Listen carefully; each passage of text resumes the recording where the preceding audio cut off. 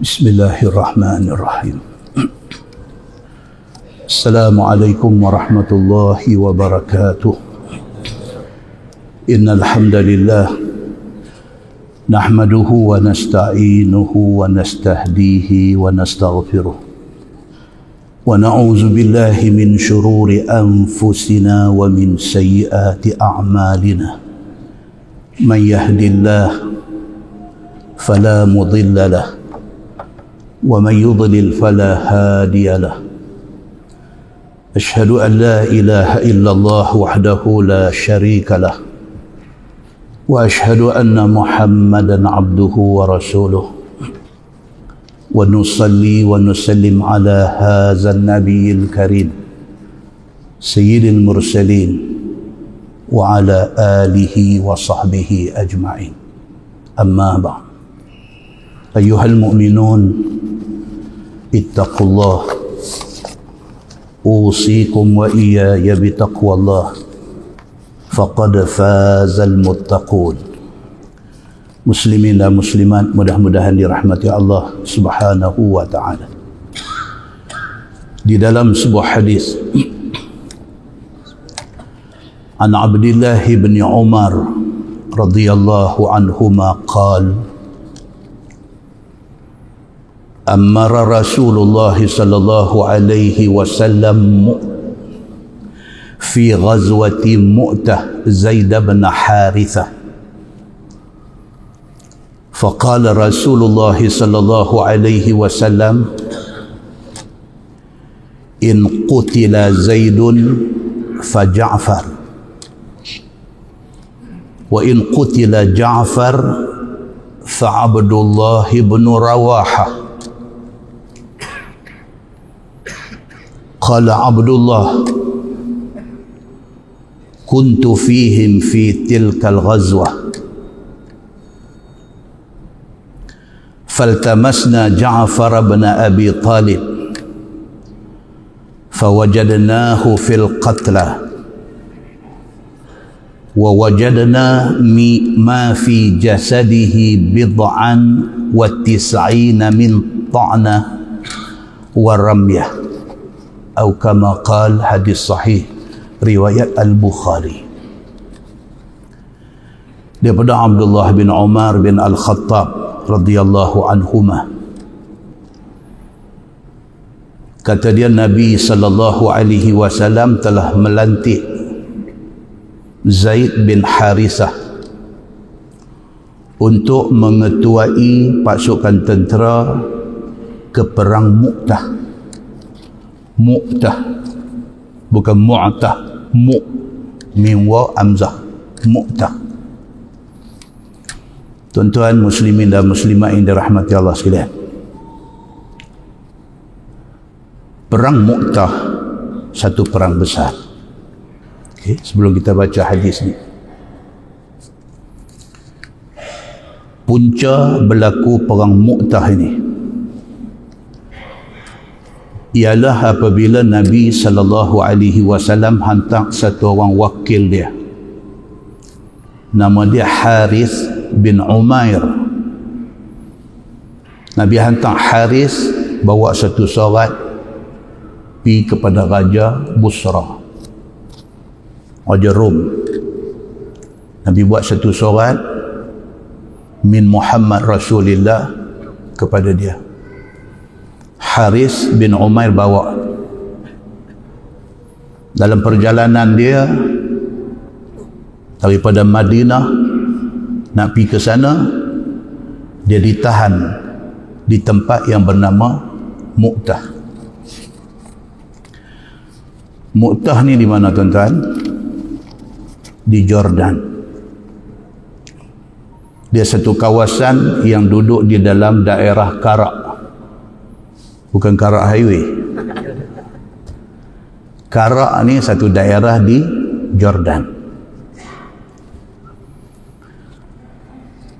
Dia ditahan di situ dan dibunuh. Benda ni menimbulkan murka Nabi sallallahu alaihi wasallam. Sebab undang-undang antara bangsa, utusan tidak boleh dibunuh.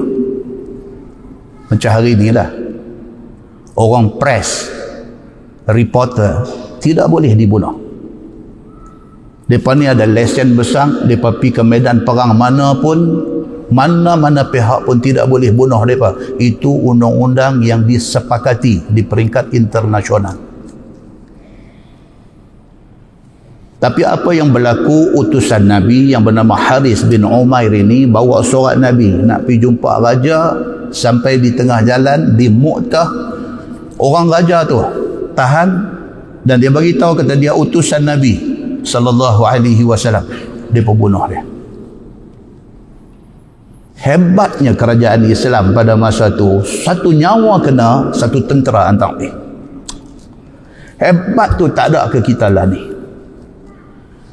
Satu orang utusan daripada pihak Islam kena bunuh, Nabi SAW hantar satu batalion tentera. Kerana nyawa satu sahabat Nabi terkorban, mereka kena terima akibat dia, mereka kena bayar harga dia. Muslimin dan muslimat yang dirahmati Allah sekalian, Nabi kirim satu pasukan tentera yang Nabi selama-lama ni kalau hantar tentera, Nabi akan lantik seorang aja jadi komander, jadi panglima tentera. Tapi untuk perang Mu'tah, daripada awal Nabi lantik 3 orang. Para pengkaji sejarah bincang benda ni. Pasal apa? Nabi awal-awal Nabi sebut 3 nama untuk jadi ketua, tapi 3 ni one by one. Kita akan baca hadis dia. Kerana ini perang pertama yang melibatkan tentera Islam dengan tentera luar, iaitu tentera Rom, dan tentera Rom terlalu besar bilangan dia. Maka Nabi SAW hantar tentera dan Nabi namakan 3 orang untuk jadi komander dia. Perang Mu'tah ni jadi pada 1 Jumadal Awal tahun 8 Hijrah. Lawan, tentera Islam lawan dengan tentera Rom Timur, ataupun masa itu dipanggil Byzantine. Tentera Islam 3,000 orang, diketuai oleh Zaid bin Harisah, anak angkat Nabi. Kita akan baca cerita tentang Zaid bin Harisah, siapa dia ni.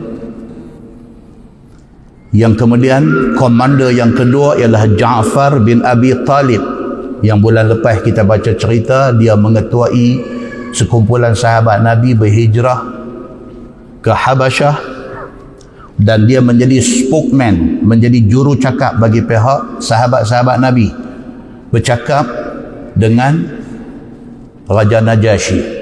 Sekali kita nanti tengok sikit lagi cerita tentang Ja'far bin Abi Talib. Dan yang ketiga, Abdullah bin Rawahah, satu sahabat besar Nabi sallallahu alaihi wasallam. Nabi sebut 3 orang ini. Tentera Rom, kalau tengok dalam buku sejarah yang ditulis oleh Al-Waqidi, dia kata berjumlah 100,000 orang. Seorang lagi ahli sejarah, Ibnu Ishaq, terkenal dengan kitab tarikh, kitab sejarah dia kata tentera Rom 200,000 orang.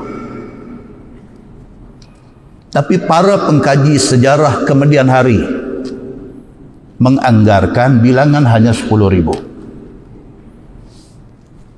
Pengkaji sejarah kemudian ni dia kata tak mungkin tentera sampai 200,000 sampai 100,000. Dia kata ini exaggerated. Dia kata ini sengaja dibesar-besarkan. Tak perlu dibesar-besarkan macam tu. Walaupun nak tunjuk kata tentera Islam kuat, tentera Islam boleh mengalahkan bilangannya ramai, tapi tak mau exaggerate. Ini ahli sejarah kemudian macam kita lah, macam kita kan nak exaggerate.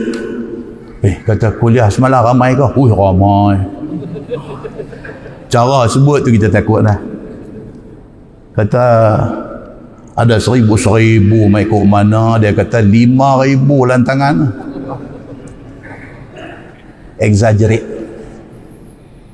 exaggerate. Kira tengoklah sah Masjid Fahim ni 160 satu sah. Kalau ada 10 sah baru 1,600, pibuh 5,000. Walau hang suka dekat ustaz tu macam mana pun, janganlah exaggerate.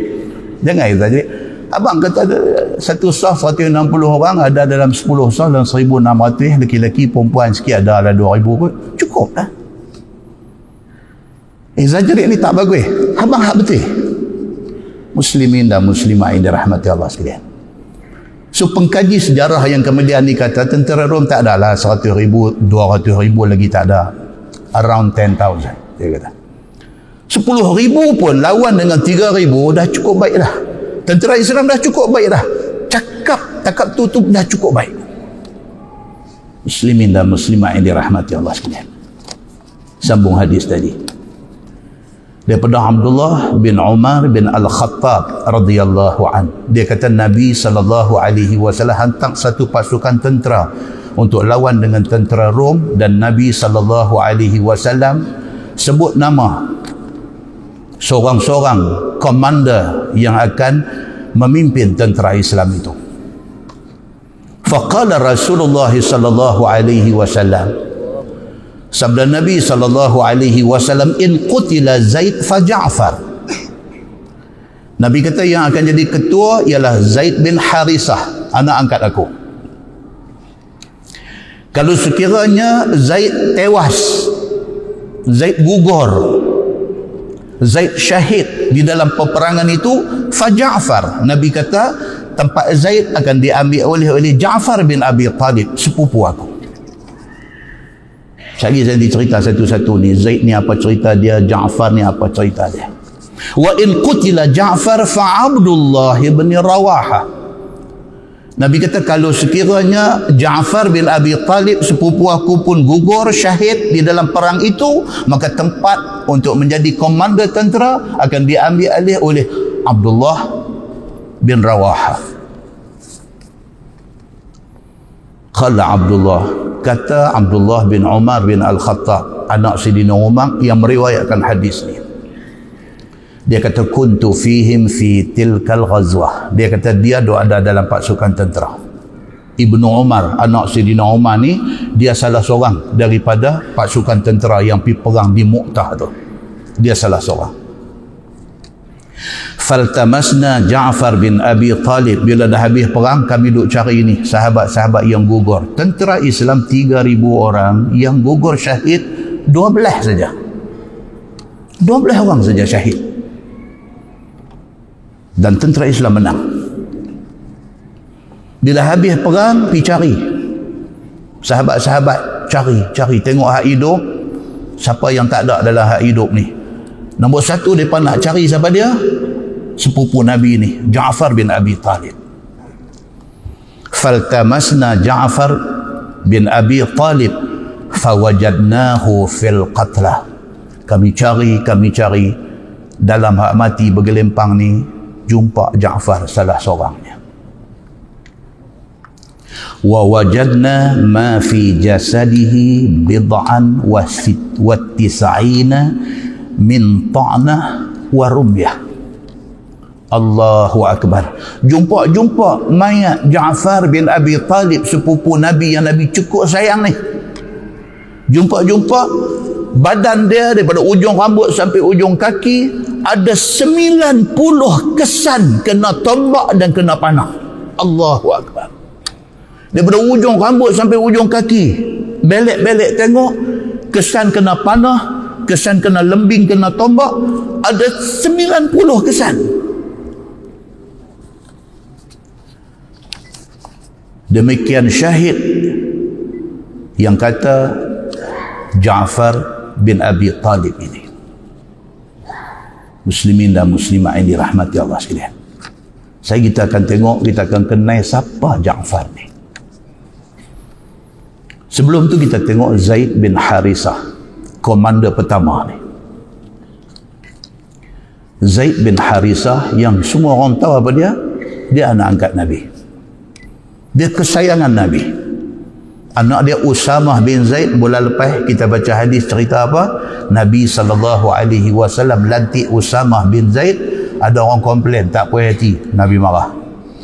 Nabi kata kalau hampa tak puas hati dekat Usamah bin Zaid, sama macam hampa tak puas hati dekat bapak dia, Zaid bin Harisah. Sedangkan dua-dua ni kesayangan aku, Nabi kata. Zaid bin Harisah menikah dengan siapa?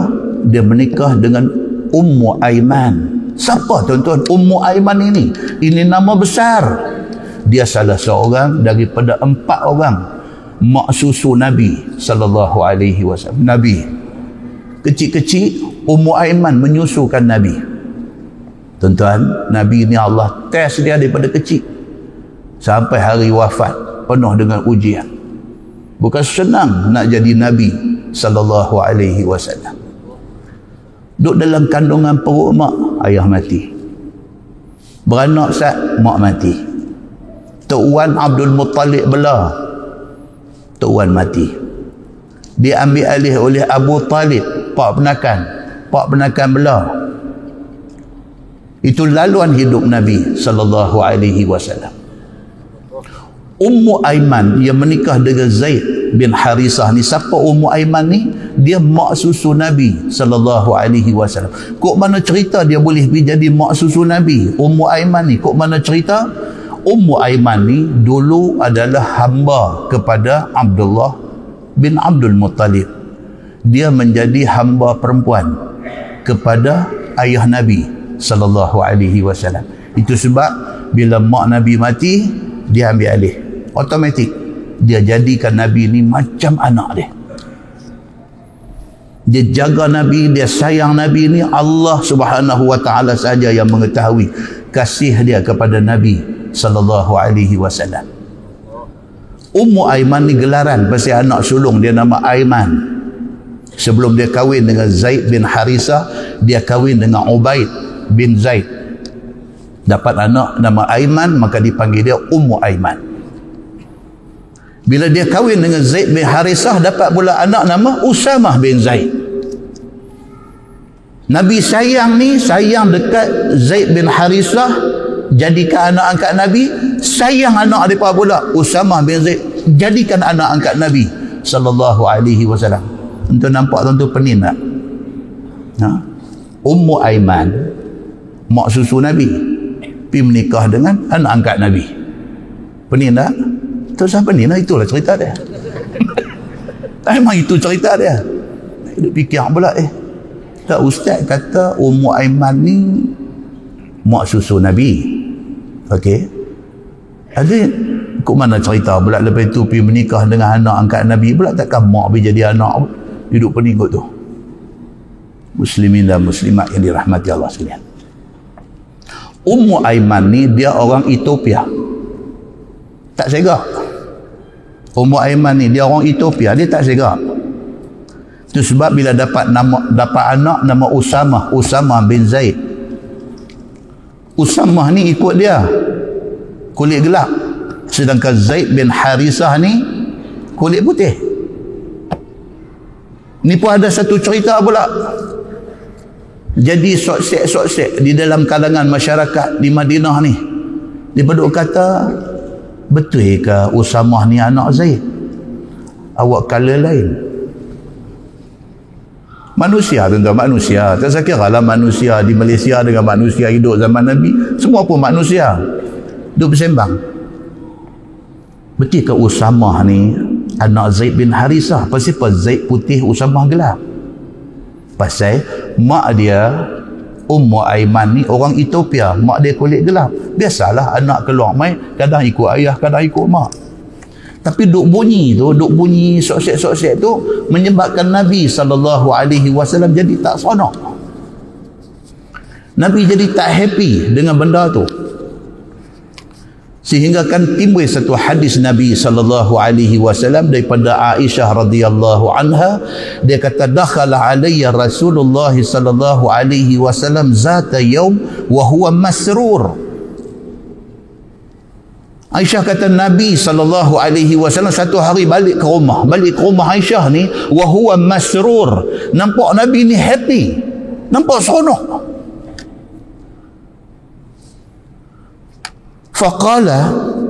Sambil Nabi kata dekat Aisyah ni, dia kata, ya Aisyah, alam tara anna mujazzizan dakhala alayya fara'a Usama bin Zaid wa Zaidan wa alayhima qatifah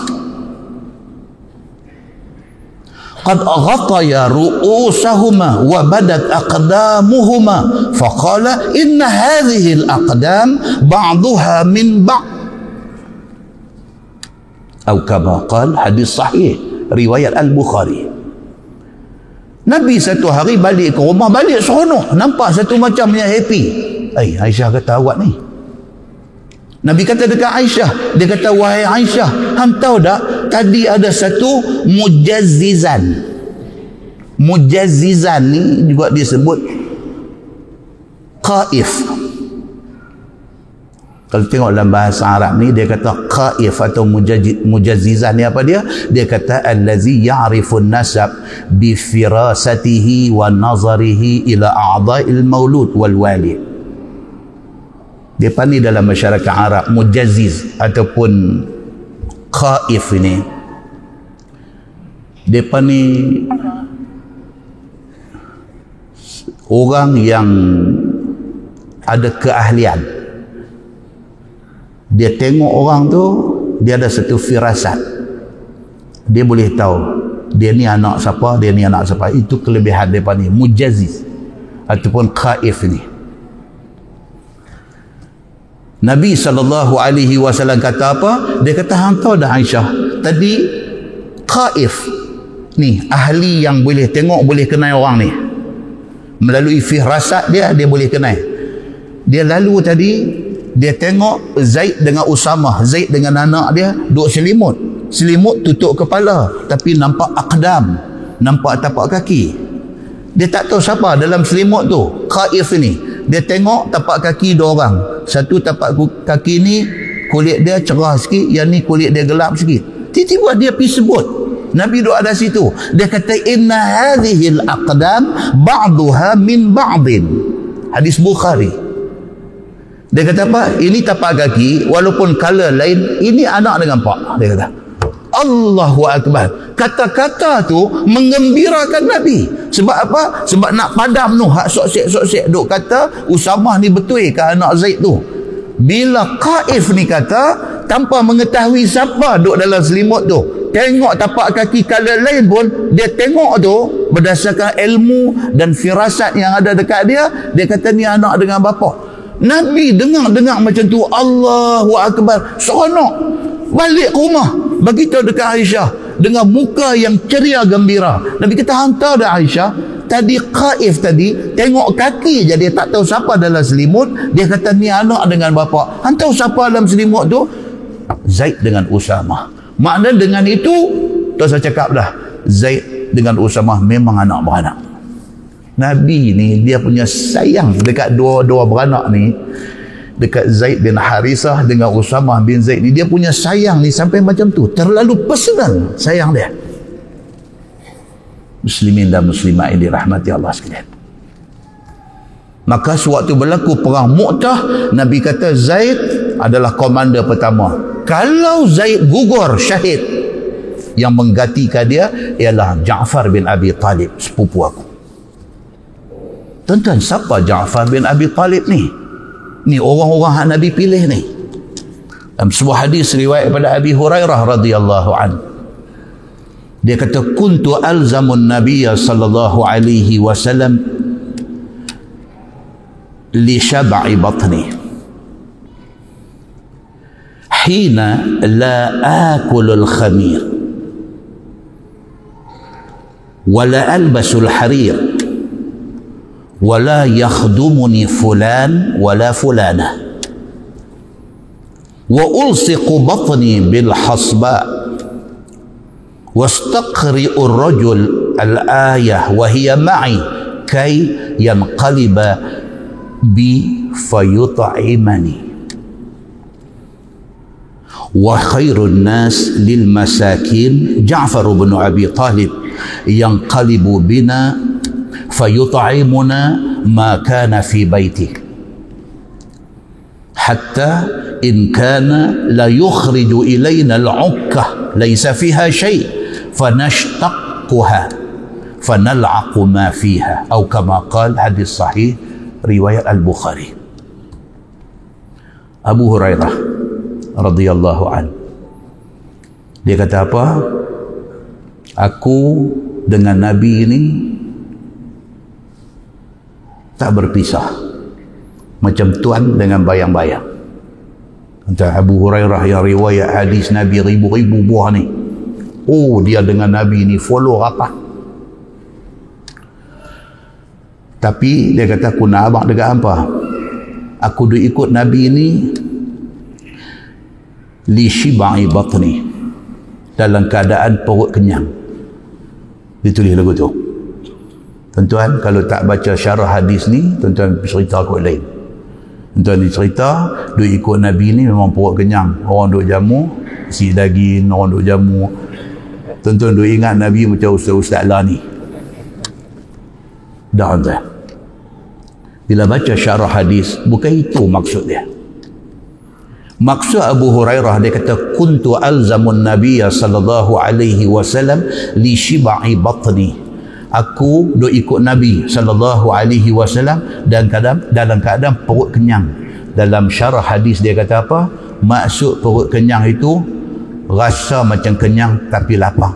Kenyang apa? Kenyang dengan ilmu tapi perut lapar. Bukan hakikatnya perut kenyang sungguh. Oh, tuan-tuan, kita baca ni, dia ingat dulu ustaz-ustaz lah ni lah. Masjid panggil ceramah, tanya lu, ustaz ni, ustaz nak makan jenis macam mana punya? Nak kena jenis nasi daging ke? Nak kena jenis lamb chop ke? Ustaz lah ni. Kan, ustaz ni pun kata, saya nasi malam tak apa boleh pi. Lamb chop ni cara-cara orang putih pun saya tak apa boleh. Cari roti tanduri sudah. Oh, mana nak cari roti tanduri ni? No, nak kena terekam pi. Ustaz lah punya banyak akal. Nabi SAW bukan macam tu. Bukan kata Nabi, orang yang ikut dia pun perut kosong. Hina la akulul khamir, kata Abu Hurairah radhiyallahu an, dia kata kadang-kadang sampai nak dapat roti makan pun tak ada.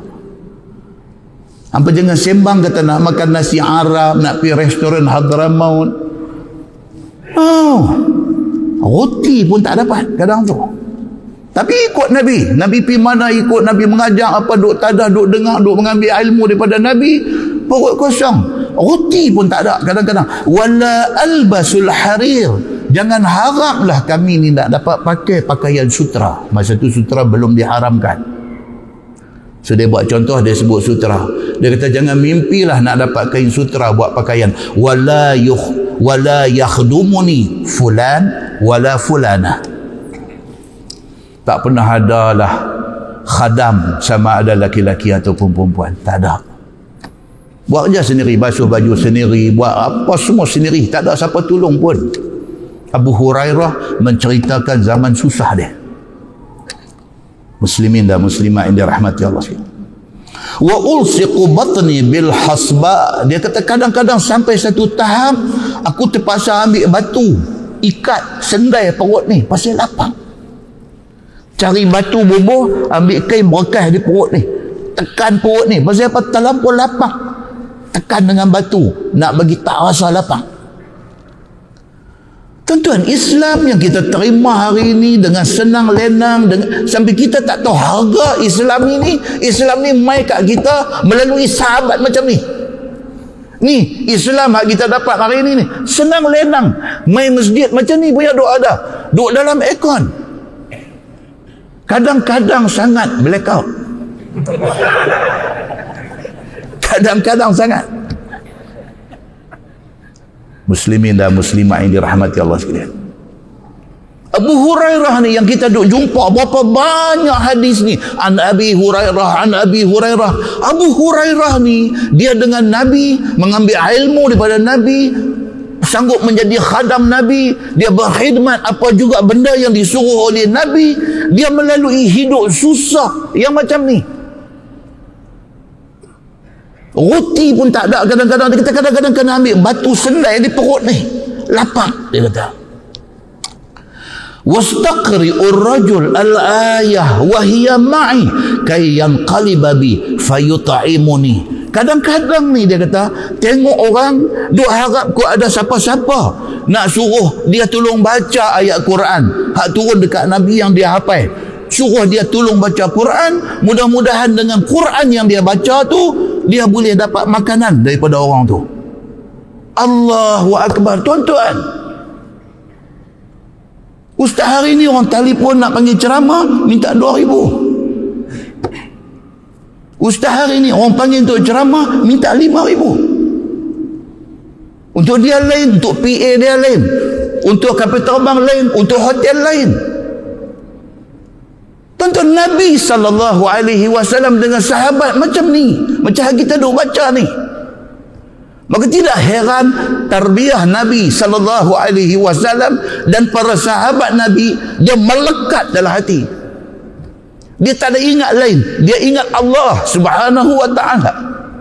Tuan-tuan, apa jadi? Kata Abu Hurairah ni, aku susah, aku miskin, sampai tengok orang kok ada siapa nak suruh aku baca Quran dekat dia, mudah-mudahan dengan tu aku dapat makan.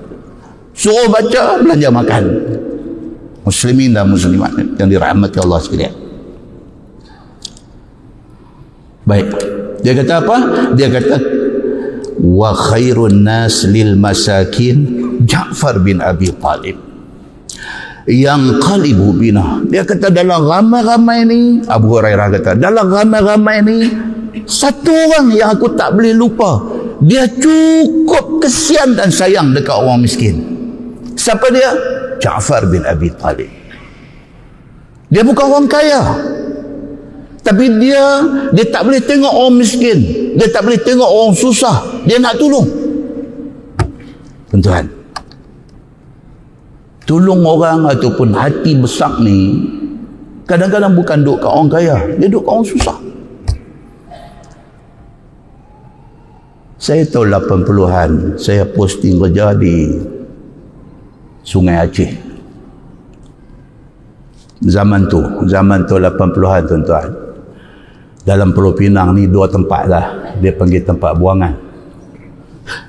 Satu Sembawang Paya Selatan ni, pun tebai Sungai Aceh, Sungai Bakau ni. Satu lagi balik pulau.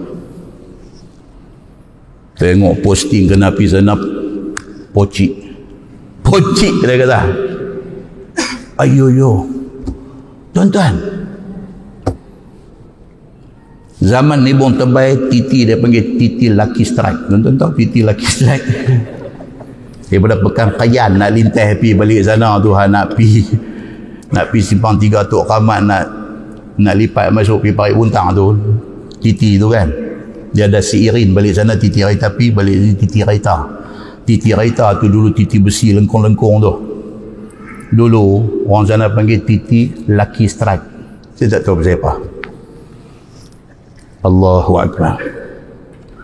Sekolah tu yang duk main jadi student ni, kawasan laut Sungai Udang, sungai apa belah-belah kan.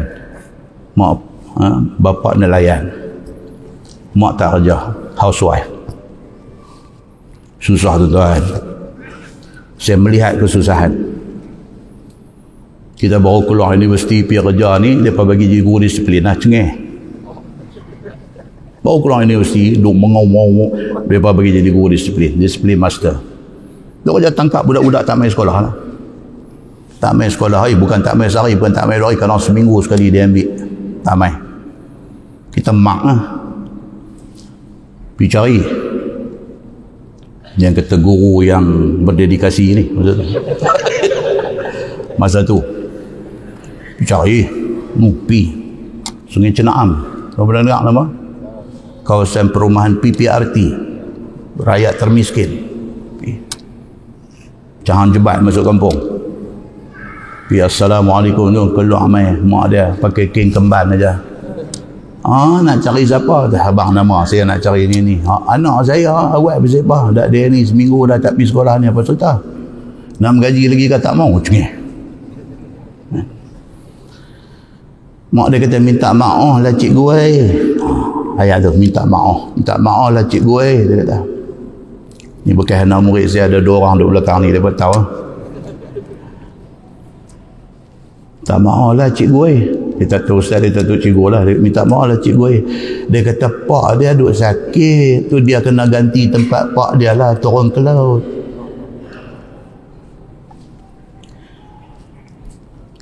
Kita dengar gedebuk dia main perut. Kalau dia tak turun ke laut, kami nak makan apa? Mak dia kata.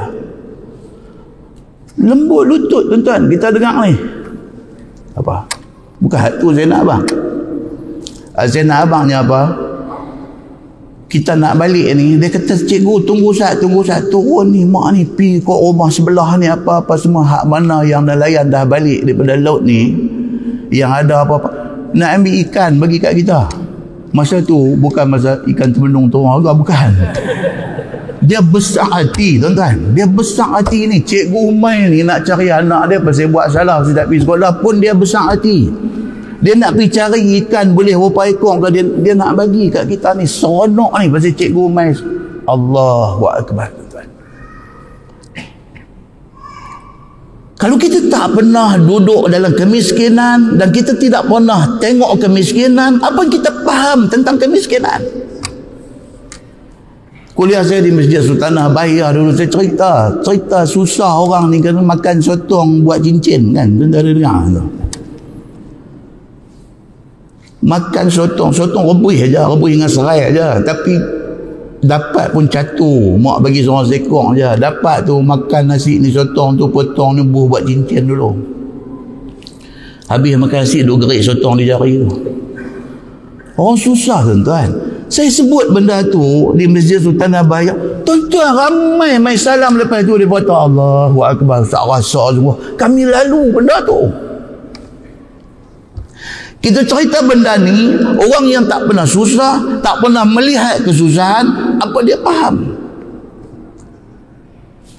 Bila video tu masuk dalam YouTube, saya duk baca komen ni. Ada yang tulis, ustaz kalau nak mohong pun berpada-pada.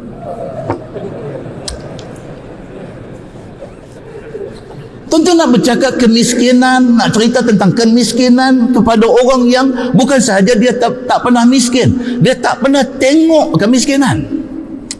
Dia kata ustaz kalau nak mohong pun berpada-pada.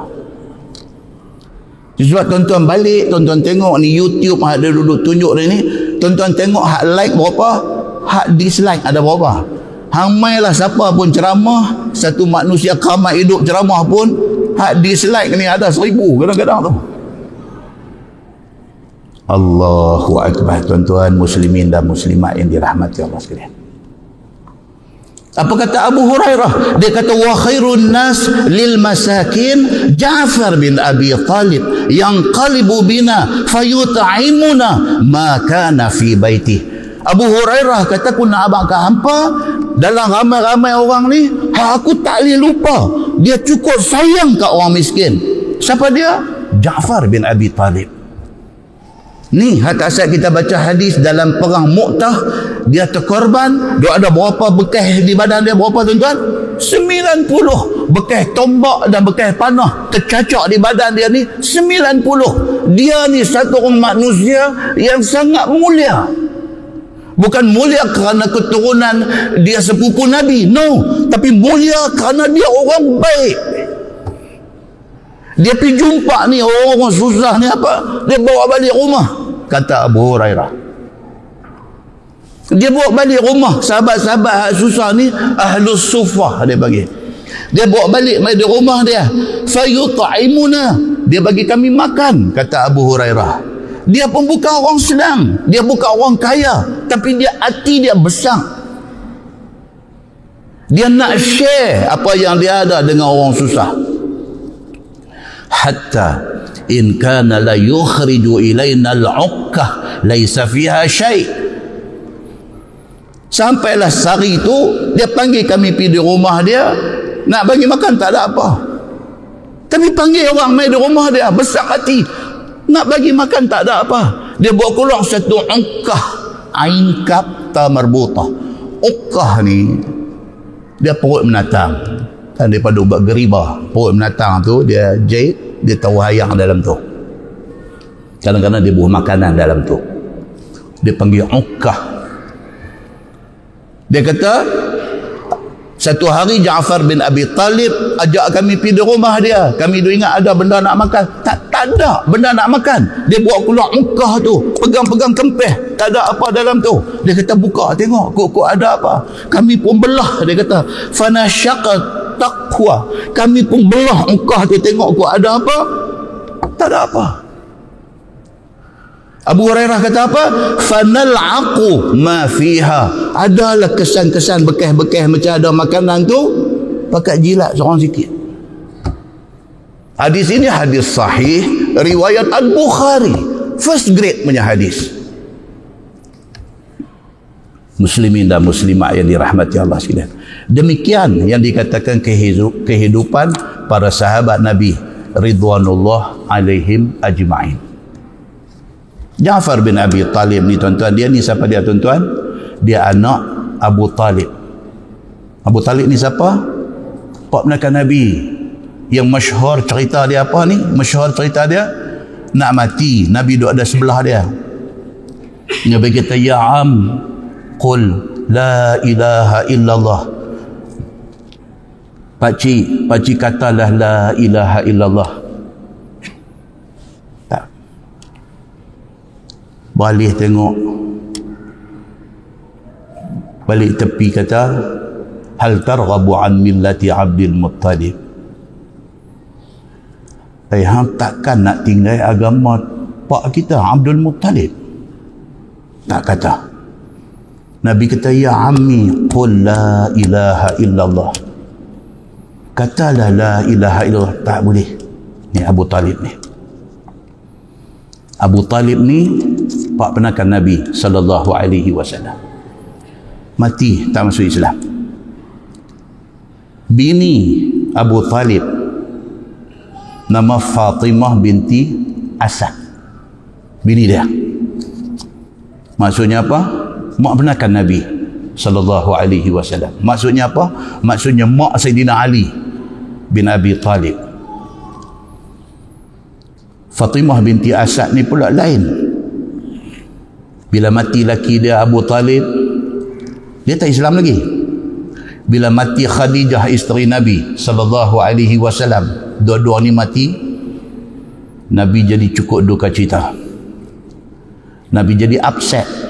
Nabi jadi macam depres. Sehingga tahun tu dipanggil Amul Huzni, tahun kesedihan. Tahun ke-10 Nabi dilantik jadi Nabi, belum hijrah ke Madinah. Siapa yang menjadi galang ganti kepada Abu Talib, kepada Khadijah yang mati ni siapa? Fatimah binti Asad ni, mak Sayyidina Ali, isteri Abu Talib ni. Dia jadi galang ganti. Dia belum masuk Islam masa tu. Dia sayang Nabi ni, Allah subhanahu wa ta'ala Tuhan yang mengetahui. Fatimah binti Asad ni, mak Sayyidina Ali ni, dia sayang Nabi ni sehingga kan kalau ada makanan dalam rumah, Nabi makan dulu baru anak-anak dia makan. Muslimin dan muslimat dirahmati Allah sekalian. Anak dia ada nama Talib, ada nama Aqil, ada nama Ja'far bin Abi Talib, ada nama Ali bin Abi Talib. Hampa tepi sat dulu, Muhammad makan dulu. Sayang dia dekat Nabi ni daripada kecil lagi. Dia habaq kat anak-anak dia, ini Muhammad ini yatim piatu, mak tak ada, ayah tak ada. Bagi keutamaan dekat Muhammad. Sehingga Nabi hijrah Mekah pi Madinah, dia ikut pi. Ada sebahagian ahli sejarah kata dia tak ikut pi. Tapi qaul yang paling kuat di kalangan ahli sejarah kata Fatimah binti Asad ikut Nabi hijrah ke Madinah, dan dia mati di Madinah, tanam di Baqi'. Bila mati Fatimah binti Asad ni, Nabi SAW sayang dia ni macam sayang mak. Nabi sayang dia ni, Nabi pun tak darah, tak torah. Nabi ambil jubah Nabi buat kapan. Sayang ni. Ambil jubah Nabi ni, ambil buat kapan Fatimah binti Asad ni. Nabi turun dalam liang, sambut mayat dia, letak dalam satu Riwayat kata apa? Nabi turun pi, Nabi tidur Ustaz dalam liang tu. Nabi tidur Ustaz, lepas tu baru Nabi bangkit. Satu riwayat kata Nabi turun pi sambut mayat, letak semua elok-elok. Bila Nabi naik saja, sahabat kata dekat Nabi, depa kata, "Ya Rasulullah, kamu tak pernah buat macam ni kat siapa pun. Pasal apa kamu buat dekat Fatimah binti Asad ni? Pasal apa?" Nabi kata apa?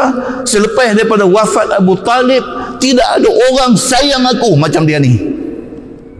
Oh tuan-tuan, muslimin dan muslimat yang dirahmati Allah, hebat yang kata Fatimah binti Asad, mak Sayyidina Ali bin Abi Talib ini. Muslimin dan muslimat yang dirahmati Allah sekalian, itu dia orang-orang yang Nabi SAW pilih mereka untuk mengetuai perang Mu'tah yang kita kata tadi. Oh, kriteria yang Nabi pilih ni cukup dahsyat. Dalam hadis tu Nabi SAW kata apa? Apabila gugur dan syahidnya Ja'far bin Abi Talib ini, fa Abdullah bin Rawaha, ganti dengan Abdullah bin Rawaha. Mati juga, syahid juga Abdullah bin Rawaha dalam perang Mu'tah yang kata 12 orang mati ni. Mati ni memang betul-betul hardcore sahabat Nabi. Qala Abdullah bin Umar, kata Abdullah bin Umar bin Al-Khattab yang riwayat hadis ni, dia kata Nabi SAW sebut nama-nama tu, dan nama-nama tu mati mengikut sekuen yang disebut oleh Nabi. Nabi sebut nama Zaid bin Harisah dulu, kalau mati Zaid bin Harisah, kalau syahid ganti dengan Ja'far bin Abi Talib, kalau syahid Ja'far ganti dengan Abdullah bin Rawaha di medan perang. Jadi ikut urutan tu macam Nabi sebut ni.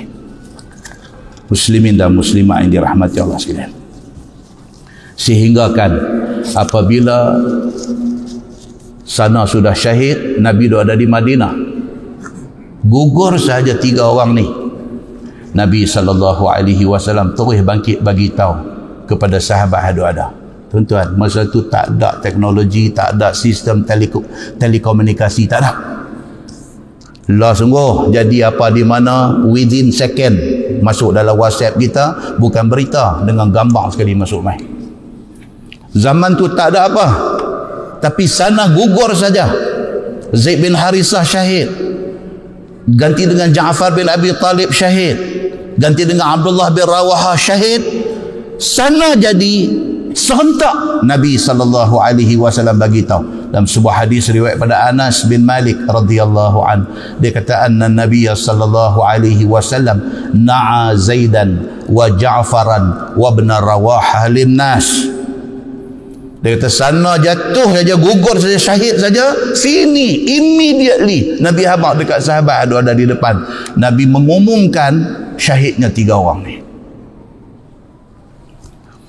yakni qabla an ya'tiyahum khabaruhum, sebelum berita tu mai daripada sana, mati tu Nabi habaq dah. Dan Nabi sebut nama tu ikut urutan kematian mereka ni. Faqala Nabi SAW akhadha rayah Zaidun fa usibah. Nabi kata mula-mula Zaid bawa bendera Islam ni, Zaid bawa.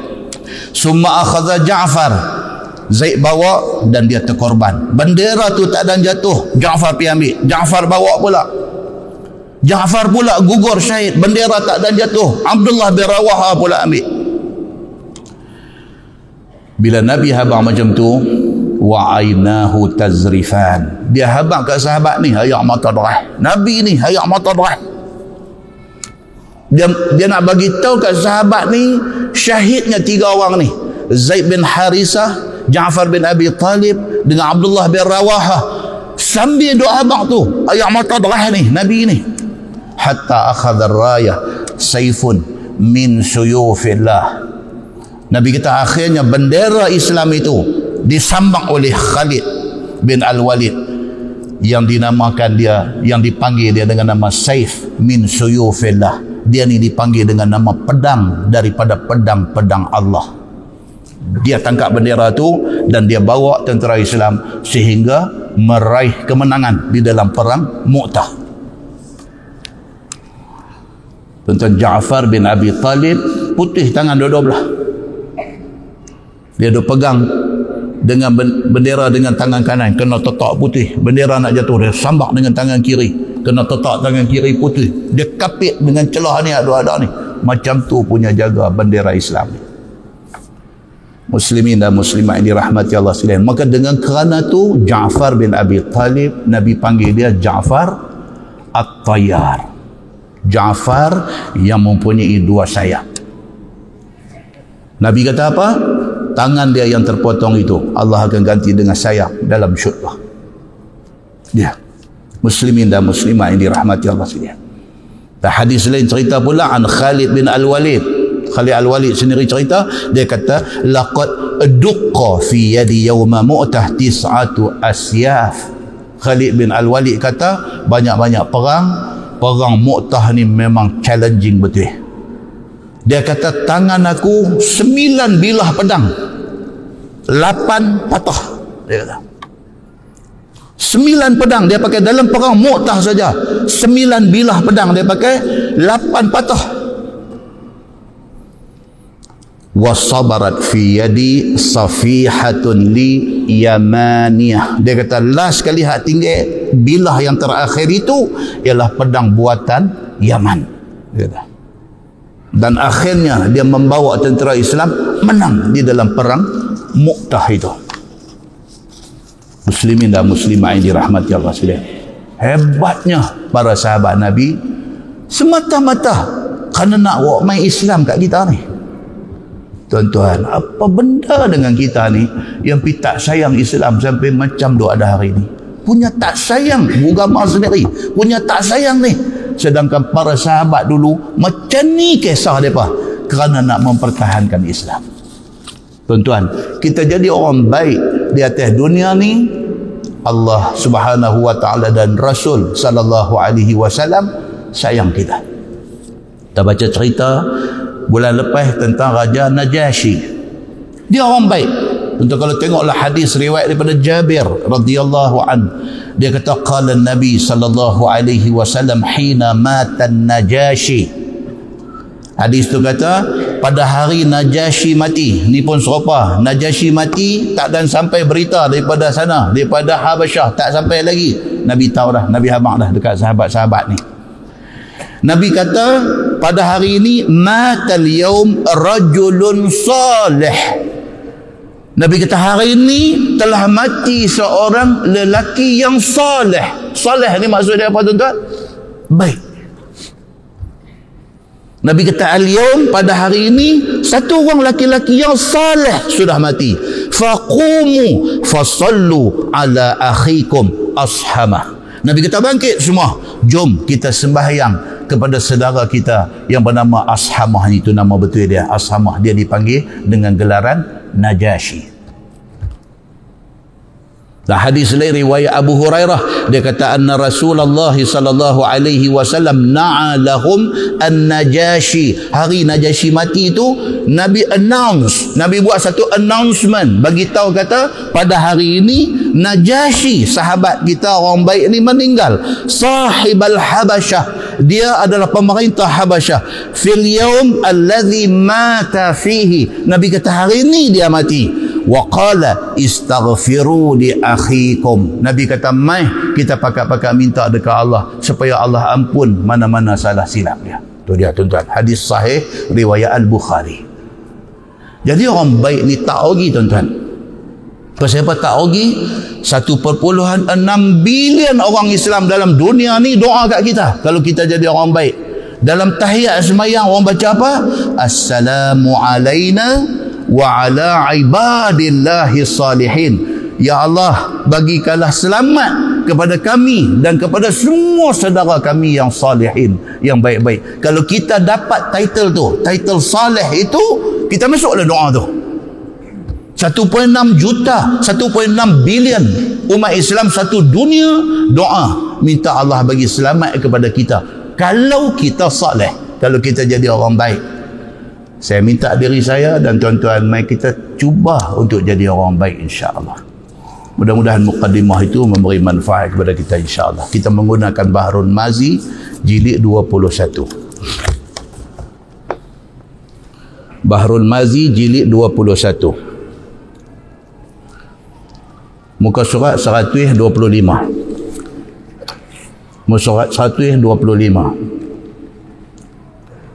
Bulan lepas dia mengajar, dia keluar putih kot ni. Dia bakal duk tag saya, dia kata, "Ustaz, siapa lah tu?" Dia kata, "Nampak tak handsome?" Hai. Dia boleh kata lagu tu. Tu tak ambil sapu tangan sapu. Muka surat 125, dia kata masalah tiap-tiap nabi itu ada nabi yang dikasihnya dan ikutannya. Nabi-nabi ini dia ada idola dia. Dia nampak itu. Nabi-nabi ini dia ada idola macam kita. Kita ada idola kita. Ada orang idola dia, ayah dia. Bagi dia ayah dia. Ayah dia hero. Ada ayah dia yang terbaik. Ayah dia Superman. Ayah dia semua. Ada orang idola dia siapa? Guru dia masa sekolah menengah ada seorang. Oh, dia idolize kawan ni sampai tak tahu nak abang. Dia idolize. Dia admire. Saya masa duduk kuliah Islam dulu seorang ustaz. Hidup lagi sampai lah, hidup lagi dia. Sihat lagi. Ustaz Idris bin Haji Ahmad nama dia. Duduk Kedah lah ni. Ustaz Idris. Allahu Akbar tuan-tuan. Dia balik Mesir, dia posting di kuliah Islam. Baru graduate masa tu. Posting di kuliah Islam. Dia mengajar tafsir dengan hadis. Ramai-ramai guru ada ni, kelas dia yang tertunggu-tunggu. Dia simple lah. Dia tiap-tiap hari mengajar pakai baju short sleeve, tain masuk dalam, kasut dia nanti pakai track shoe, kasut sukan di sekolah. Dia baca, dia buat relax, dia buat tak peduli. Allahu Akbar. Saya tak tahu, dia mengajar sampai kat saya. Sampai. Bukan kata guru lain tak bagus, tapi hak ni hak macam kita nak baca ni. Kita rasa lain. Kalau hak perempuan, Ustazah Fauziah Sani, Allah yarham, dah meninggal. Orang Selangor kahwin dengan orang Perlis, duduk di Perlis. Ustazah Fauziah Sani, Allahu Akbar. Dia mengajar mustalah hadis. Lain macam. Dia punya mengajar, dia punya cakap ni kita tak rasa macam masuk telinga no. Rasa macam dia duduk cakap dengan hati kita. Akibat dia apa tuan-tuan? Duduk tunggu-tunggu kelas dia. Zaman tu recorder tu lah jenis hand, zaman breakdance dulu. Kan? Dia carry dulu dia punya pesang. Kalau buat rakaman, dia habis tu dia bidah ke depan dah. Dulu. Saya beli satu kecil punya, bekas Walkman tu, jenis hand carry ni. Bukan saya sorok lah. Takut dia marah pula, dia rakam dia macam syok punya pasal. Bola laci ni. Dia duduk macam bidah pang kata satu kelas terkejut. Terpaksa mengaku ke dia. Tak minta maaf saya rakam tak. Kita minta rakam pasal apa? Saja. Kan? Masih dia tak marah. Syok. Saya tak tahu pasal apa, mungkin dia punya ikhlas kot sampai kat hati kita. Dia bercakap dengan hati kita. Muslimin dan muslimat dirahmati Allah sekalian. Ni dia nak abang kat kita apa? Dia kata tiap-tiap nabi ni dia ada nabi lain yang dia idolize. Bermula kasihan Nabi Muhammad sallallahu alaihi wasallam dan ikutannya daripada tok nenek yang telah menjadi nabi dan menjadi rasul itu ialah Nabi Ibrahim alaihi salam. Nabi Muhammad ni dia dengan Nabi Ibrahim. Dia dengan Nabi Ibrahim. Sampai kalau tuan-tuan baca dalam hadis, satu sahabat mai jumpa Nabi sallallahu alaihi wasallam, dia kata dekat Nabi, dia kata kami dah tahu cara bagi salam. Assalamualaikum ya Rasulullah. Assalamualaikum, kami dah tahu dah. Tapi nak selawat macam mana? Sahabat mai tanya Nabi. Nabi kata apa? Qul Allahumma salli ala Muhammad wa ala ali Muhammad kama sallaita ala Ibrahim. Nabi habaq macam tu. Nabi kata selawat itu ialah kamu kata Allahumma salli ala Muhammad wa ala ali Muhammad, sambung sekali, kama sallaita ala Ibrahim wa ala ali Ibrahim. Nabi abang betul. Punya ramai Nabi doa daripada Adam, Idris, Nuh, Hud, Salih.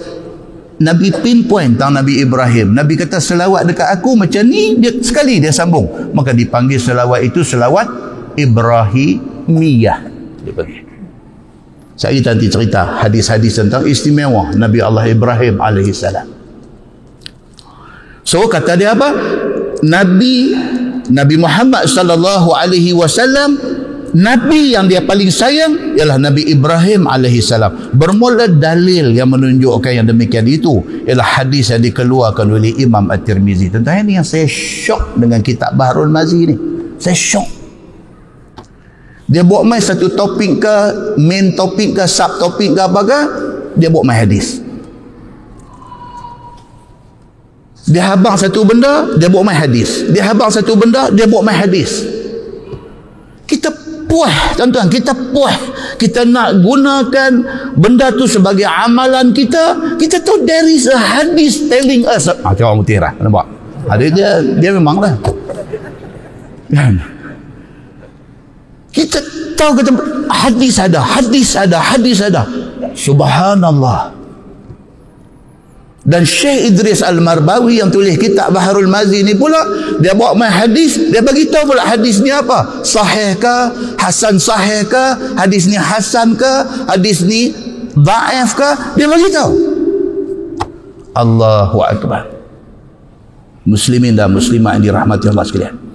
So dia kata bermula dalil yang menunjukkan demikian itu adalah hadis yang dikeluarkan oleh Imam At-Tirmizi. Kata dia an Abdillah radhiyallahu anhu qala Rasulullah sallallahu alaihi wasallam inna likulli nabiyyin ulah minan nabiyyin. Diriwayatkan kepada seorang sahabat Nabi sallallahu alaihi wasallam, nama dia Abdullah bin Mas'ud radhiyallahu anhu. Katanya sabda Nabi sallallahu alaihi wasallam bahwasanya bagi tiap-tiap nabi itu ada orang yang dikasihnya. Dia kata apa? Tiap-tiap nabi ini dia ada orang yang dia kasih. Dan orang yang diikutnya daripada kalangan nabi-nabi. Dia ada yang dia jadikan sebagai satu idola dia. Bukannya seperti Yahudi dan Nasrani. Berkata mereka itu Nabi Ibrahim alaihissalam itu beragama Yahudi, dan kata Nasrani Nabi Ibrahim alaihissalam itu beragama Nasrani. Nabi Ibrahim ni menjadi rebutan. Tuan-tuan pergi Hebron, kan saya sebut itu kalau ada rezeki nak pergi umrah, singgah di Amman, Jordan, masuk ke Jerusalem, ziarah Baitul Maqdis, Masjid Aqsa, satu trip pergi ke Hebron, ataupun orang Arab sana panggil Ibrahim Al-Khalil. Dia panggil bandar Ibrahim Al-Khalil. Di sana ada satu masjid Nabi Ibrahim. Dalam tu ada kubur Nabi Ibrahim. Kubur Nabi Ibrahim ni dia potong sama setengah. Ni yang kata Yahudi ni. Dia bagi sebelah balik ni, sebelah arah ke kiblat kita ni, dia bagi kat orang Islam pergi ziarah. Daripada tengah kubur bawa pergi ke belakang, hak depa punya. Nabi Ibrahim ni, Abraham dia bagi. Okey. Depa pun kata itu nabi depa juga. Depa pun nak juga Nabi Ibrahim ni. Kan baru ni viral satu video tunjuk kata kawasan yang dia tak pernah buka selama ni, tiba-tiba dia buka, boleh pergi masuk tengok the whole kubur Nabi Ibrahim. Sekali-sekala dia buka. Tuan, mereka pun klaim kata Nabi Ibrahim ni agama mereka. Yahudi kata Ibrahim ni agama kami, dia ikut agama Yahudi. Nasrani pun kata no, Abraham Kristian. Dia kata ni, dia beritahu, bukankah agama Yahudi itu kemudian daripada turun Taurat? Ini hujah dia, hujah di pihak Islam. Timbul agama Yahudi ini zaman Nabi Allah Musa alaihi salam. Nabi Ibrahim awal lagi. Macam mana dia ikut hampa kemudian ni pula? Apa punya orang macam tu? Lebih kurang cara cakap. Hujah menyalahi fakta. Okey. Dan agama Nasrani itu kemudian daripada turunnya Injil. Lagilah pula Injil tu Nabi Isa last tu. Macam mana hang claim kata Nabi Ibrahim pergi ikut? Please lah. Jangan. Gitu. Dan tidakkah antara Nabi Ibrahim dan Nabi Musa yang diterima kitab Taurat itu turun hampir 600 tahun selepas dia? Lepas wafat Nabi Ibrahim 600 tahun baru main Nabi Musa, baru main kitab Taurat. Macam mana hang kata dia ikut benda tak ada lagi? Dan senggang antara Nabi Musa alaihi salam dan Nabi Allah Isa alaihi salam 1600 tahun. Lagi jauh. Macam mana hang kata Nabi Ibrahim agama Nasrani sedangkan kitab pun tak turun lagi? Macam mana kata dia ikut apa? Macam tu. Maka pada masa mana Nabi Ibrahim beragama Yahudi ataupun agama Nasrani? Dan pula adakah tersebut di dalam Taurat dan di dalam kitab Injil itu yang Nabi Ibrahim itu beragama Yahudi ataupun Nasrani? Dalam Taurat ada sebutkah kata Nabi Ibrahim ikut kitab Taurat? Dalam Injil ada sebut kata Nabi Ibrahim ikut Injil? Dalam kitab hampa pun tak sebut benda ni. Apa benda yang hampa duk merepek ni? Macam tu. Kalau begitu, Yahudi dan Nasrani yang klaim kata Nabi Ibrahim itu agama mereka adalah karut juga. Dia kata ini satu dakwaan yang karut tak boleh pakai. Bahkan sebenarnya dan sepatutnya orang yang beragama dengan agama Nabi Ibrahim itu ialah orang yang beragama Islam. Kita ikut agama Nabi Ibrahim alaihi salam. Nabi Muhammad beritahu kat kita macam tu. Ni Islam hak kita ikut hari ni exactly macam yang Nabi Ibrahim alaihi salam dulu. Masalah agama Islam muafaqah dengan syariat agama Nabi Ibrahim alaihi salam. Tidak seperti dakwah Yahudi dan Nasrani bahawasanya Ibrahim itu beragama Yahudi ataupun Nasrani seperti tersebut keterangan dalam masalah itu. Maka kerana itulah telah bersabda Nabi SAW, wa inna wali abi wa khalilu rabbi. Itu hadis tadi. Dan sesungguhnya kekasihku dan ikutanku adalah nenekku dan orang pilihan Tuhanku, iaitu Ibrahim alaihissalam. Nabi Muhammad kata dia ikut Nabi Ibrahim alaihissalam. Summa qara'a inna awlan nasi bi Ibrahim lalladzina taba'uhu wa hadha an-nabi walladzina amanu wallahu waliyul mu'minin. Surah Ali Imran ayat 68.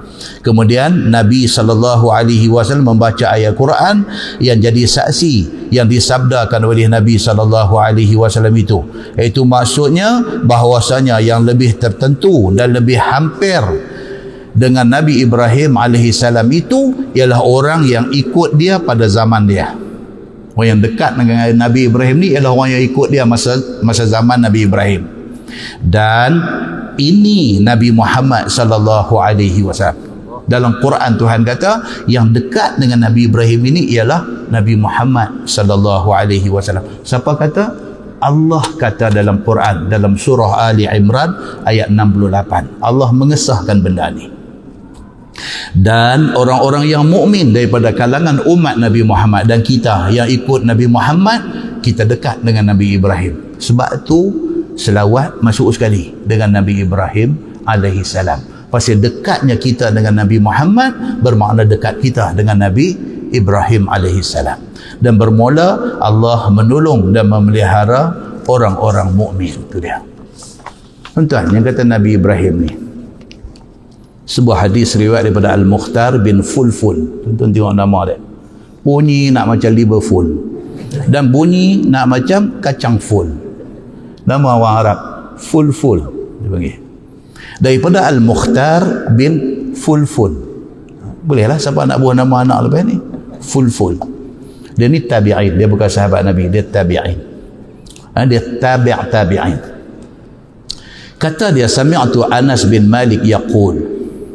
Dia kata, Mukhtar bin Fulful kata, Anas bagi tahu kat dia. Qala rajul lin Nabi sallallahu alaihi wasallam, ya khairal bariyah. Qala Nabi sallallahu alaihi wasallam, dzalika Ibrahim. Atau kama qala, hadis sahih riwayat At-Tirmizi. Satu hari mai satu sahabat Nabi, dia panggil dekat Nabi, dia kata, ya khairal bariyah.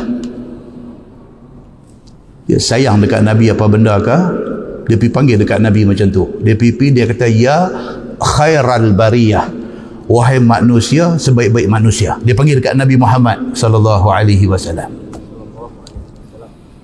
Nabi jawab balik dekat orang yang panggil dia khairal bariyah, sebaik-baik manusia ni. Nabi jawab balik dekat dia, Nabi kata, zalika Ibrahim. Nabi kata sebaik-baik manusia ialah Nabi Ibrahim alaihissalam, bukan aku. Nabi kata. Sifat merendah diri Nabi sallallahu alaihi wasallam. Padahal Nabi Muhammad lah makhluk paling baik. Bila orang mai kat dia, kata dekat dia, dia sebaik-baik manusia, Nabi Muhammad kata apa? No. Sebaik-baik manusia itu layak panggil pada Nabi Ibrahim alaihissalam. Apa? Dalam sebuah hadis lain riwayat pada Abdullah bin Umar bin Al-Khattab radhiyallahu an. Kata dia, ani Nabi sallallahu alaihi wasallam qal, Al-Karim ibnul Karim ibnil Karim ibnil Karim, Yusuf bin Yaqub bin Ishaq bin Ibrahim. Atau kama qal, hadis sahih riwayat Al-Bukhari. Nabi kata apa? Orang yang mulia anak kepada orang yang mulia, anak kepada orang yang mulia, anak kepada orang yang mulia. Dia Nabi sebut 4. Orang yang mulia anak kepada orang yang mulia, anak kepada orang yang mulia, anak kepada orang yang mulia. Siapa? Nabi kata Yusuf bin Yaqub bin Ishaq bin Ibrahim. 4 generasi itu semua Nabi. Nabi Ibrahim alaihissalam, anak dia Nabi Ishaq, Nabi. Anak Nabi Ishaq, Nabi Yaqub, Nabi. Anak Nabi Yaqub, Nabi Yusuf, Nabi. Nabi kata inilah orang yang mulia, anak kepada orang yang mulia, anak kepada orang yang mulia, anak kepada orang yang mulia. 4 generasi Nabi semua. Allah Subhanahu wa taala bagi kurnia ni kepada siapa? Kepada keturunan Nabi Allah Ibrahim alaihissalam. Maka tidak heran Nabi Muhammad sallallahu alaihi wasallam dia idolize, dia admire, dia respect habis kepada Nabi Ibrahim alaihissalam.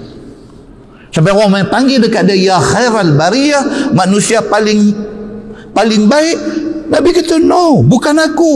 Ibrahim itu manusia paling baik. Muslimin dan muslimat yang dirahmati Allah sekalian.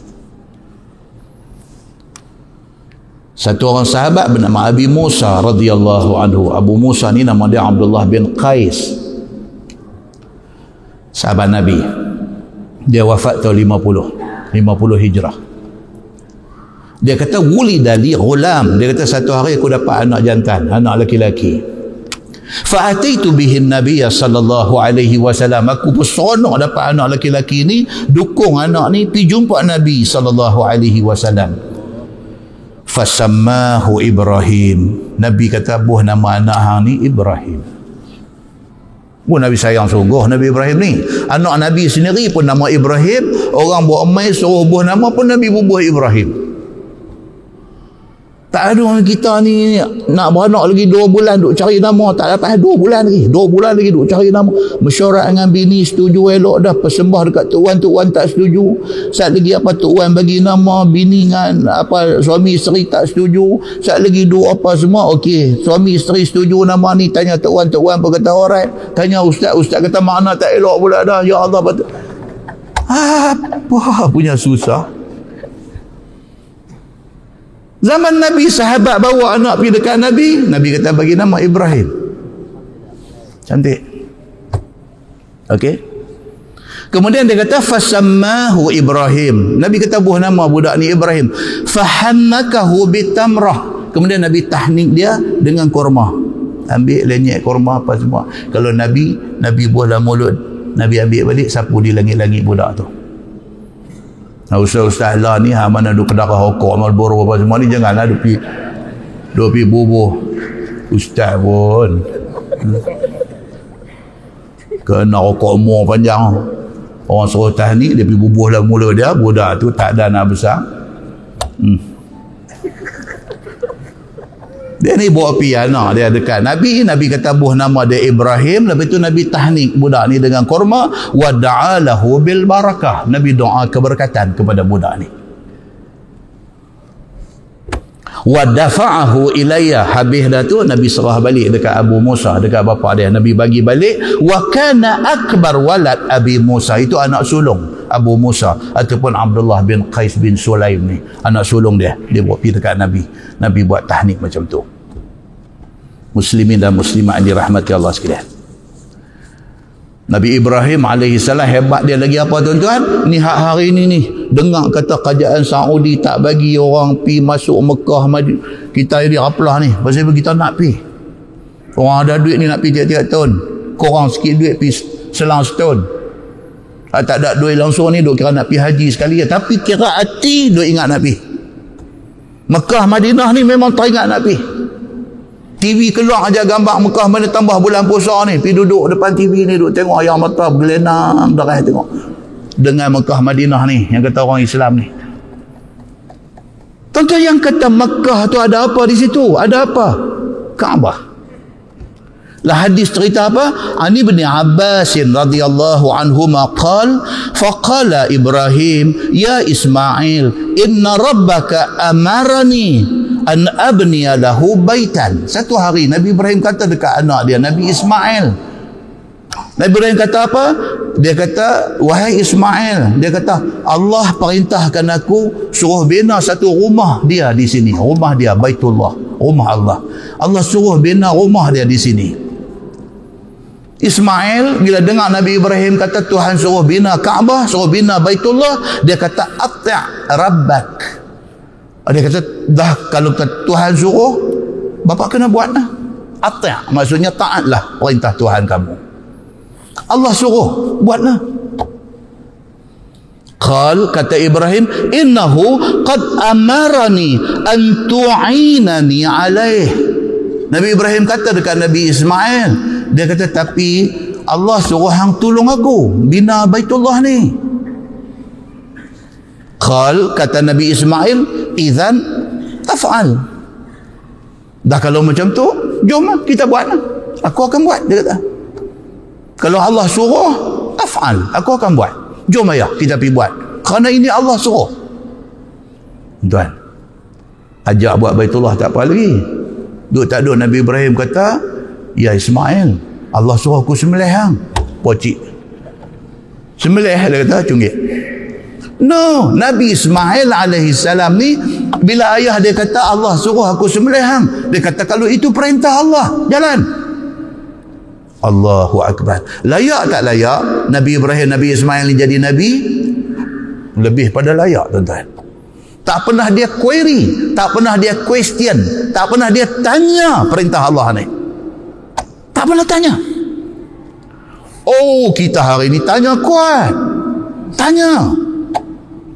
Semua benda tanya. Bukan tanya aja, perli lagi, perli.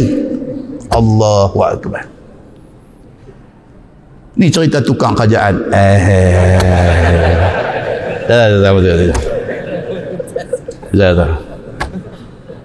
Tukang kerajaan. Sikitlah saya sebut. Pasal kadang-kadang hati ni rasa sedih juga dengan orang Islam ni. Dengan kerana tukang kerajaan ni piduk post masuk dalam Facebook. Perli. Hampa dah dapat dah kerajaan dah ni, eloklah minggu depan buatlah hudud. Ini perli, tuan-tuan. Ini perli. Ini bukan kerja siapa-siapa, ini kerja orang Islam. Siapa pun, ini benda orang Islam. Hang orang Islam, hang parti cam apa pun, ini perintah Allah dalam Quran. Kita nak buat benda ni dengan cermat, dengan elok. Kita tak mau jadi kelang kabut, kita tak mau jadi havoc. Jangan duk perli macam tu. Kata minggu depan boleh buat dah lah wuduk. Apa benda ni? Yang perli ni pula ustaz. Allahu Akbar. Saya tak mau cakap, tapi cakap juga. Jangan tuan-tuan, jangan macam ni. Jangan. Tuan-tuan duk parti mana saya pun tak peduli. Tuan-tuan putus ambil tahu saya parti apa. Tak usah. Tapi ini Islam. Ini bukan soal parti. Ini soal agama. Ini soal Allah sebut dalam Quran. Ini soal Nabi sebut dalam hadis. Ini bukan soal politik. Ini bukan soal politik kepartian. Bukan. Benda ni bagi clear. Jangan kita ni duk. Tak mau sambung. Muslimin dan muslimat yang dirahmati Allah sekalian. Okey. Bila Nabi Ibrahim alaihissalam kata dekat Nabi Ismail, Allah suruh buat Baitullah. Dia kata, okey ayah, jalan. Nabi Ibrahim kata pula, Allah suruh hang tolong ayah untuk buat Baitullah ni. Dia kata, kalau Allah suruh, jom. Kalau Allah suruh, jom kita pergi buat. Faqama faja'ala Ibrahim yubna. Bangkit dua-dua beranak ni, start pembinaan Baitullah. Tu yang kita duk pergi hari ni.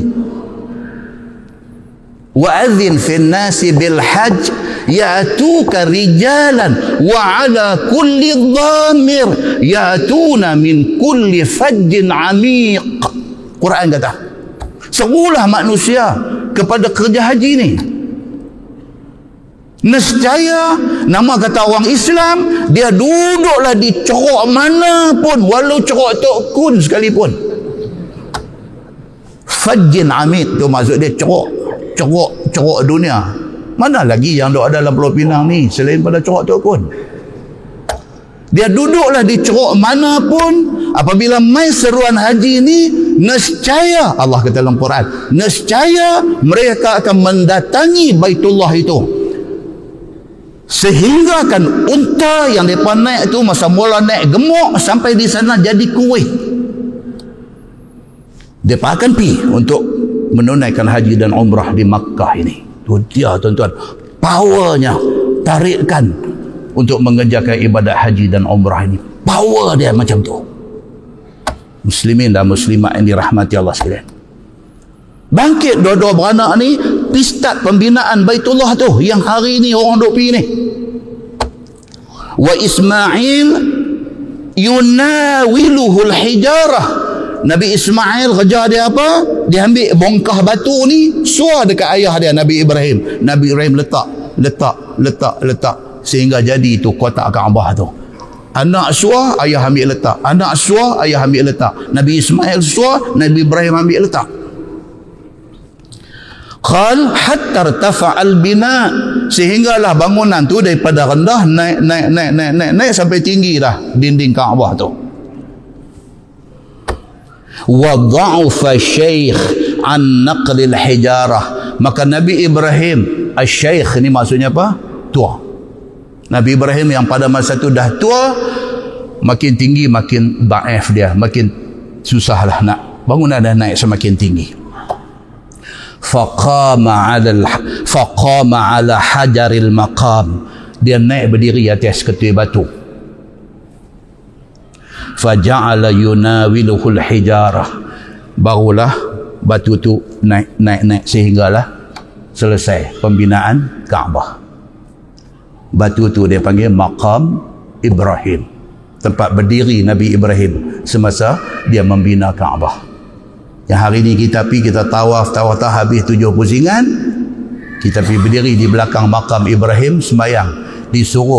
Disebut dalam Quran, suruh pergi sembahyang di belakang Maqam Ibrahim alaihissalam. Tu tempat dia berdiri di atas batu tu dulu. Tuan-tuan, cerita Islam ini cukup banyak berkaitan dengan Nabi Allah Ibrahim alaihissalam. Maka tidak heran Nabi Muhammad ni, dia idolize Nabi Ibrahim ni sangat-sangat. Pasal apa? Pasal banyak cerita ibadat dalam Islam ni related dengan Nabi Allah Ibrahim alaihissalam. Dalam sebuah hadis riwayat daripada Sa'id bin Al-Musayyab radhiyallahu anhu, dia kata, kana Ibrahim sallallahu alaihi wasallam awwalan nas dhayyafad dhaif. Sa'id bin Musayyib dia kata apa? Dia kata Ibrahim alaihissalam adalah orang yang pertama sekali memuliakan tetamu. Dhayyafad dhaif. Dhaif ni bahasa Arab. Tapi majlis-majlis rasmi kerajaan negeri, kerajaan apa, dia tulis ketibaan dif jemputan. Dif tu daripada bahasa Arab dhaif, dhat yafa, dhaif. Plural dia duyuf. Dia yang kata duyufur rahman, tetamu-tetamu Allah Tuhan Ar-Rahman yang duk pergi Mekah buat haji buat umrah ni. Duyufur rahman. Dhaif tu bahasa Arab, Melayu jadi dif, kan? Yang main geng hadap nyanyi ni jadi DJ Dave. Itu lain terus. Baik. Dia kata apa? Kana Ibrahim sallallahu alaihi wasallam awalan nas dhayyafa dhaif. Orang yang mula-mula tunjuk dia ikram, dia muliakan tetamu, Nabi Ibrahim alaihi salam. Okey. Hari ni jaga apa COVID-19 ni. Kacau tuan-tuan, kacau. Sampai apa? Sampai nak salam pun takut. Sedangkan salam ini di antara cara memuliakan kawan, memuliakan tetamu, di antaranya ialah musafahah, Arab kata shake hand, salam. Wih, sampai dah jadi sampai mufti-mufti kena bincang. Macam mana cerita? Sampai ada yang sampai buat pengumuman, kata tuan-tuan muslimin muslimat yang dirahmati Allah sekalian, saya dengan rendah hati memohon kepada tuan-tuan untuk salam dengan saya. Takut. Okey. Dia melarat lagi apa? Kalau sekiranya keadaan ni menjadi kritikal, mungkin sembahyang jemaat boleh pakai sembahyang di rumah. Pasal apa? Pasal tengok ke Saudi dah start dah. Sahabat kita ada yang baru balik umrah ni, paduk teks saya masa dia ada di sana kan. Allahu Akbar Ustaz, kata betul lah. Mereka pergi tu tak riuh rendah lagi. Saudi tak riuh rendah lagi. Dia duk riuh belah Cina ya. Belah Iran, belah apa, belah Saudi, belah negeri Arab ni belum masuk lagi. COVID-19 ni. Masuk. Iran kena dulu. Bosin dulu peluh. Lepas tu seorang, dua orang, tiga orang, sagi menteri, sagi ahli parlimen kena mati. Malaysia melonjak naik daripada mangsa dia ada 70-80 dia tembak. Gelombang kedua tembak naik sampai 130 apa dah hari ni. Duk main himpit pula daripada kepala batas berduk main dah. Alamak leceh, kata janganlah main kepala batas. Pi ikut kepala lain sudah, jangan main kepala batas ni. Dah duk main dah dia kata. Jadi semua dia create satu tension. Saudi lagi pula, dia ada Mekah, dia ada Madinah, satu dunia orang Islam duk pi, dia lagi nak kena jaga benda ni. Lagi nak kena jaga. Pasal apa? Benda ni betul hadis Nabi kata la adwa wala tiyarah, tidak ada jangkitan pada penyakit dan tidak ada sial pada burung. Maksud tak ada jangkitan pada penyakit tu bukan menafikan ada penyakit berjangkit. Penyakit berjangkit, tetapi nak berjangkit ke tak itu dengan izin Allah. Itu maksud dia. Jangan salah faham. Jangan kata no, hadis kata tak ada boleh berjangkit. Bukan macam tu. Penyakit berjangkit dia wabak. Daripada epidemik, wabak setempat dia menjadi pandemik. Wabak sampai satu dunia kena, dia dah jadi pandemik. Ini berjangkit. Tapi nak berjangkit ke tak tu, itu atas izin Allah. Itu kena faham. Okey. Dalam keluarga ada seorang kena demam campak. Demam campak ni berjangkit. Tapi pelik dalam rumah tu, seorang kena demam campak, dua orang kena, lepas tu 5 orang tak kena. Padahal duduk dalam rumah tu makan minum sekali apa semua, tapi 5 orang tak kena. Kita nak terang kata 5 orang ni antibody dia kuat ke apa, itu teranglah, tak apa, tak ada masalah. Tapi tak berjangkit tu kerana tak diizinkan oleh Allah berjangkit, maka tak berjangkit. Tapi kita kena ada precaution, kena ada langkah berjaga-jaga. Oleh kerana benda ni membahaya, kita kena jaga. That's why kerajaan Arab Saudi dia jaga benda ni. Now mereka dengan duk buat macam-macam, mereka cuba untuk nak mengurangkan orang masuk, mereka dengan duk berubat dengan apa, cuma dia jadi havoc, dia jadi kelang kabut. Ada orang yang pergi nak buat umrah, masuk ke Madinah, daripada Madinah nak mai ke Mekah, singgah di Bir Ali. Dah di Bir Ali, dah pakai kain ihram, dah apa, dah niat dah nawaitul umrah wa ahram tu biha apa semua cantik, naik bas sampai setengah jalan dia tahan, tak pergi masuk. Kalut lah macam tu, dia tahan, dia tak pergi masuk. Hak geng driver bas cerdik sikit, Dia ada dribah cerdik dah, ada dribah yang tak apa cerdik pun dah. Hak cerdik ni mungkin dia orang sana kan, dia apa, dia kata tak apa, dia buat lagu ni, dia nak cakap Melayu tak reti, depan ni pun nak cakap Arab tak reti, dia buat lagu tu, dia power steering, dia pun nak masuk kampung mana betul, dia pun buka duk tengok macam 9 karin duk dalam botol, duk tengok di luar ni apa ni nak pergi mana, dia duk ronda kampung Arab. Satu sahabat cerita, dia main dah malam ni tau. Dia kata duk tengok atas bas Ustaz, dia kata tengok ni mana ni jalan ni, bukan highway dah ni, dah masuk jalan kampung. Dia kata Ustaz, jalan nak kami lalu ni, dia kata lebih kurang jalan lunas nak main Tasik Kelurong. Dia kata arah kuda. Dia tak sebut arah kuda, dia kata lunas nak main Tasik Kelurong, arah kuda lah tu.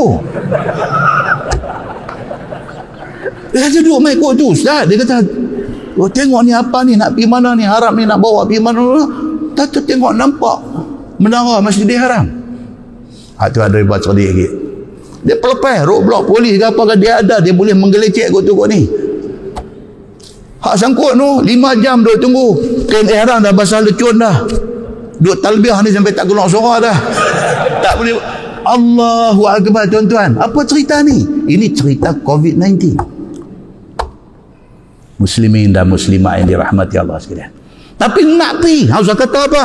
Hamzah kata COVID apa, Corona, Toyota apa, kami tak boleh, kami nak pergi. Dia kata, yang kata Mekah ni kami nak pergi. Ni jasa siapa? Jasa Nabi Allah Ibrahim alaihissalam. Dia bina Kaabah dengan anak dia Nabi Ismail. Bila dia dah tua, duduk atas batu tu, duduk naik, anak duduk suar batu, sambil duduk susun batu nak buat Kaabah tu, dua-dua beranak ni kata apa? Rabbana taqabbal minna innaka antas samiul alim. Dua-dua beranak ni itulah wirid yang duk keluar di mulut dua-dua beranak ni sambil nak bina Kaabah tu. Apa dia? Rabbana, wahai Tuhan kami, taqabbal minna, terimalah amalan kami ni. Ni kami bina Kaabah ni, terimalah ini sebagai amalan baik kami dua beranak ni. Innaka antas samiul alim.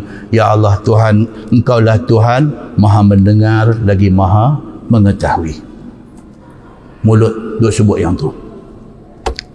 Qal, kata rawi hadis ni, har tartafa'a, sampailah dah naik, dia pun dah tua, dah naik sampai atas, tak habis-habislah dua-dua duk kata apa? Rabbana taqabbal minna innaka antas samiul alim. Muslimin dan muslimat yang dirahmati Allah sekalian. Hadis itu hadis sahih riwayat Al-Bukhari. Itu yang cerita kata Nabi Ibrahim alaihissalam hebat dia sampai macam tu sekali. Baik. Kemudian masuk, dia kata bersumpah bohong supaya dapat sebagai kemahuan nafsu. Wallahualam. Jadi tu.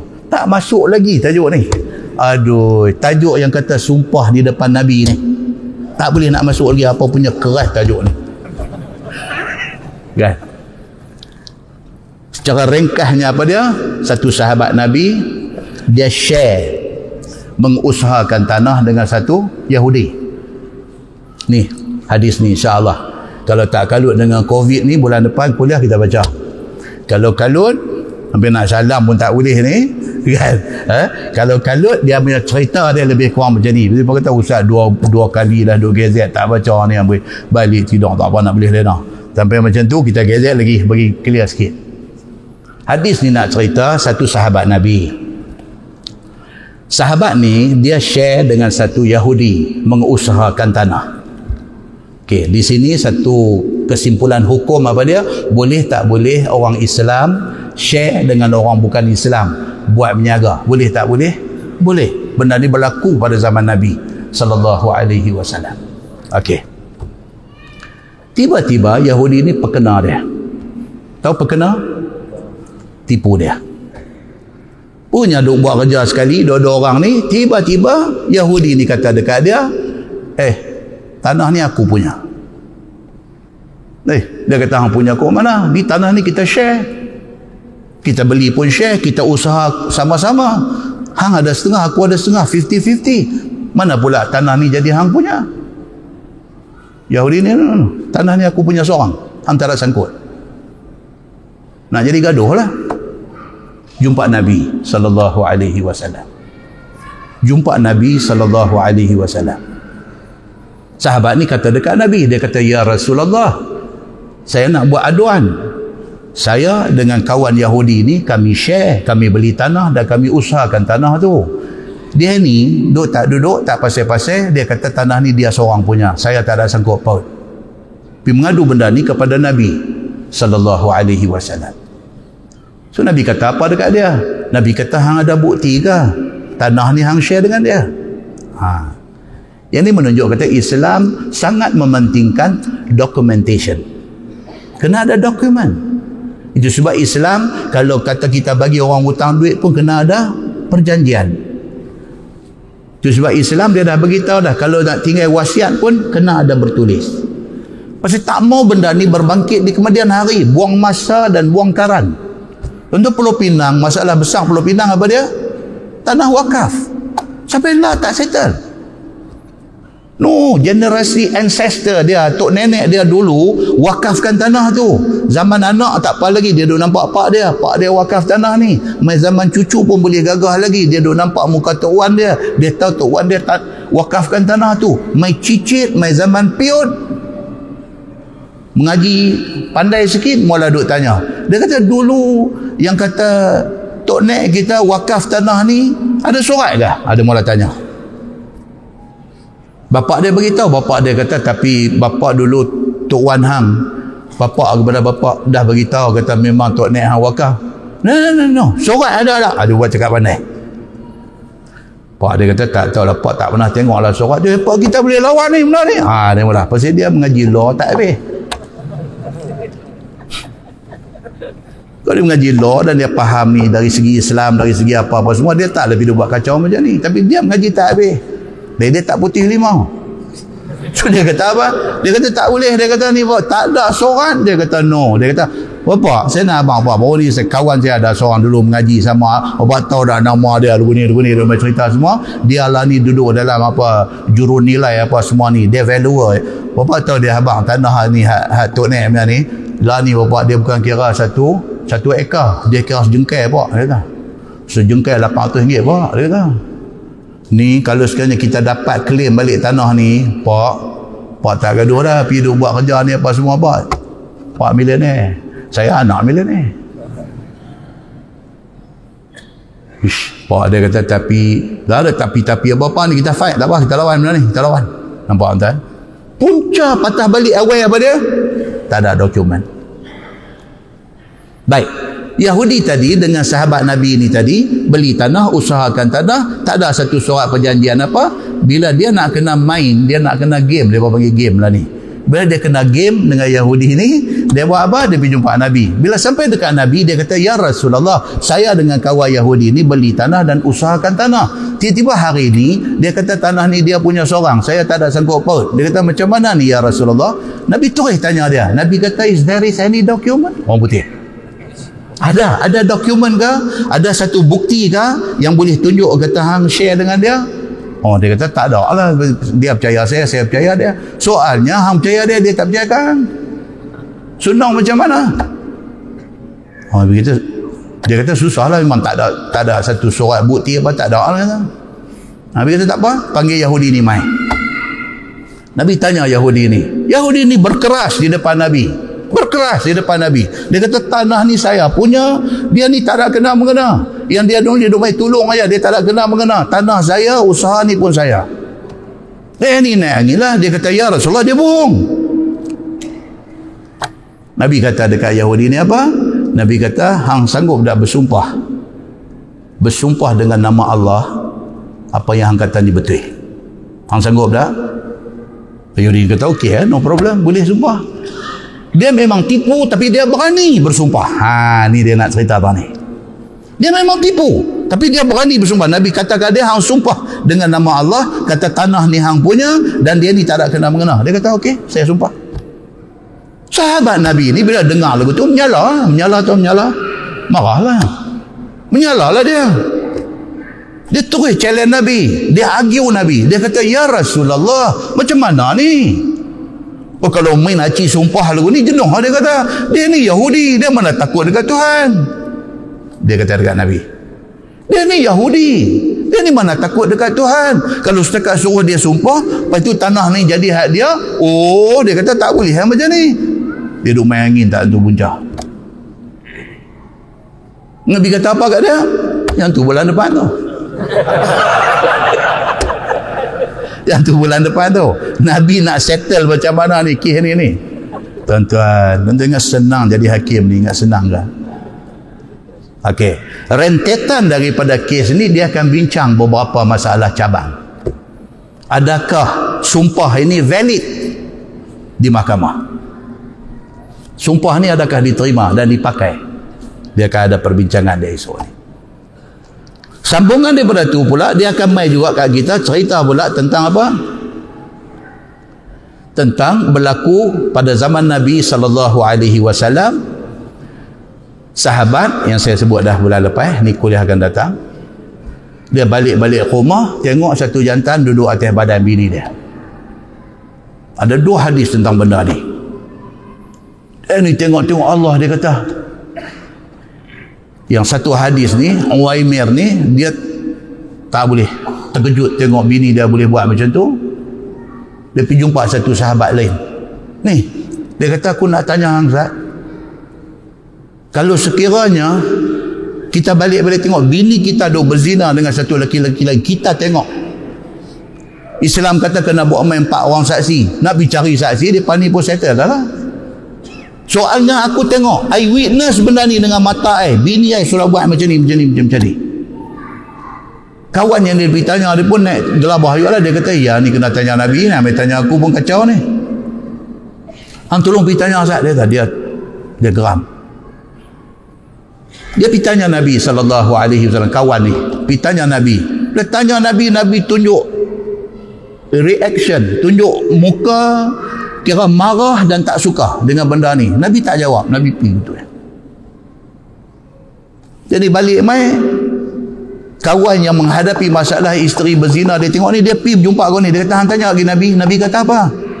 Dia kata, aku tak mau tanya lah. Dia kata, Nabi marah dengan aku sekali. Dia kata, dia kata, mana boleh macam ni, benda tak selesai. Dia pergi jumpa Nabi. Dia kata, ya Rasulullah, saya balik, isteri saya macam ni. Nabi tak jawab dekat dia sehingga turun ayat Quran dan dibaca insyaAllah. Dan kemudian berlaku yang dikatakan li'an. Tak kira siapa pun, kalau tuduh orang berzina, tak boleh bawa 4 orang saksi, sebat 80 kali. Kita tuduh orang lain ke, kita tuduh bini kita ke apa ke, tak boleh bawa 4 orang saksi, kena atas belakang 80 rotan. Bagi kes suami tuduh isteri, tak boleh membawa 4 orang saksi, dia bagi satu jalan lagi, dia panggil li'an. Laki kena pergi depan hakim, pergi bersumpah depan hakim, isteri saya berzina, isteri saya berzina, isteri saya berzina, isteri saya berzina. 4 kali kena sebut sebagai ganti kepada 4 orang saksi yang tak ada tu. Sebelum dia sebut sumpah kelima, hakim kena interrupt, kena selit masuk. Hakim kena kata dekat dia, ittaqullah, bertakwalah kamu kepada Allah sebelum kamu sebut lapas yang kelima ni. Sebab lapas yang kelima tu dia kena kata apa? Kalau sekiranya saya bohong, saya saja fitnah bini saya, laknat Allah menimpa saya. Sebelum hang kata perkataan ni, hang bertakwalah kepada Allah. Hakim kena sebut kat dia gitu. Kalau dia langgar juga, dia sebut kata apa yang dia kata ni betul, memang bini dia berzina dan saya sedia menerima laknat Allah. Apa akibat tu yang kata sedia terima laknat Allah itu? Apa akibat dia? Ada disebut dalam hadis yang kita akan baca insya-Allah. Satu kes lagi, seorang sahabat sama juga kes, dia pergi tengok, balik-balik rumah bini tengah berzina dengan orang lain. Dia pergi mengadu kepada Nabi SAW. Nabi dengar pengaduan ni, lepas tu Nabi kata, tak apalah, dia kata, benda ni dia pun tak boleh bawa saksi, tak boleh apa, dia kena buat sumpah li'an, sumpah laknat. Tetapi Nabi kata, kalau anak yang beranak keluar esok ni, kulit dia color apa, rambut dia lurus ke rintin, badan dia macam mana, Nabi kata jelas itu anak dia, bukan anak zina. Tapi kalau anak yang keluar mai esok ni, kulit dia macam ni, rambut dia rintin dan betih dia kecil, Nabi kata jelas perempuan ni berzina. Nabi kata lagu tu dalam hadis sahih tuan-tuan. Beranak mai bulan depan juga apa jadi budak. Dia duduk mai tergantung macam tu. Kan? Beranak mai Allah boleh tengok. Serupa macam pak dia betul ke? Serupa dengan syekh tadi ni, Gerenggo tadi ni kah? Kan? Macam ni dia main ekoran daripada cerita sumpah ni. Kemudian dia akan bincang dalam kuliah yang akan datang insya-Allah, sumpah ni elok buat di mana? Elok, kalau kata sumpah ni elok buat di mana? Di Masjid Abdullah Fahim ke ataupun di Dewan Millennium? Tu pun bulan depan dia main dan cerita tu seelok-eloknya sumpah ni buat di mana. Dia ada cerita semua dalam bab. Tuan-tuan, saya nak abang satu pada saya dan pada tuan-tuan semua. Islam ni cantik tuan-tuan. Cantik yang kata agama Islam ni. Daripada sebesar-besar topik sampailah sekecil-kecil topik. Ada dalam Quran, ada dalam hadis Nabi sallallahu alaihi wasallam. Rugi tuan-tuan kalau kita tak mengaji agama kita sendiri. Kita tak mengaji. Kita duk rasa kita duk sembahyang 5 waktu, duk pergi masjid, duk pergi surau sembahyang ni cantik dah, mengaji semua tak yang rugi tuan-tuan. Kita mengaji ni masya-Allah, kita kata ada rupanya benda ni dalam, rupanya Quran ada cerita benda ni, rupanya hadis Nabi ada sebut benda ni. Baru kita tahu agama yang kita pilih ni memang inilah agama yang Allah terima dan kita tak pernah silap di dalam memilih agama kita. Nah, kita tangguh dengan tasbih kafarah dan suratul As. Subhanakallahumma bihamdika asyhadu an la ilaha illa anta astaghfiruka. Bismillahirrahmanirrahim. Wal 'asr innal insana lafi khusr illa allazina amanu wa 'amilus salihati wa tawasaw bil haqq wa tawasaw bis sabr. Allahumma salli ala Muhammad wa ala ali Muhammad. Bismillahirrahmanirrahim.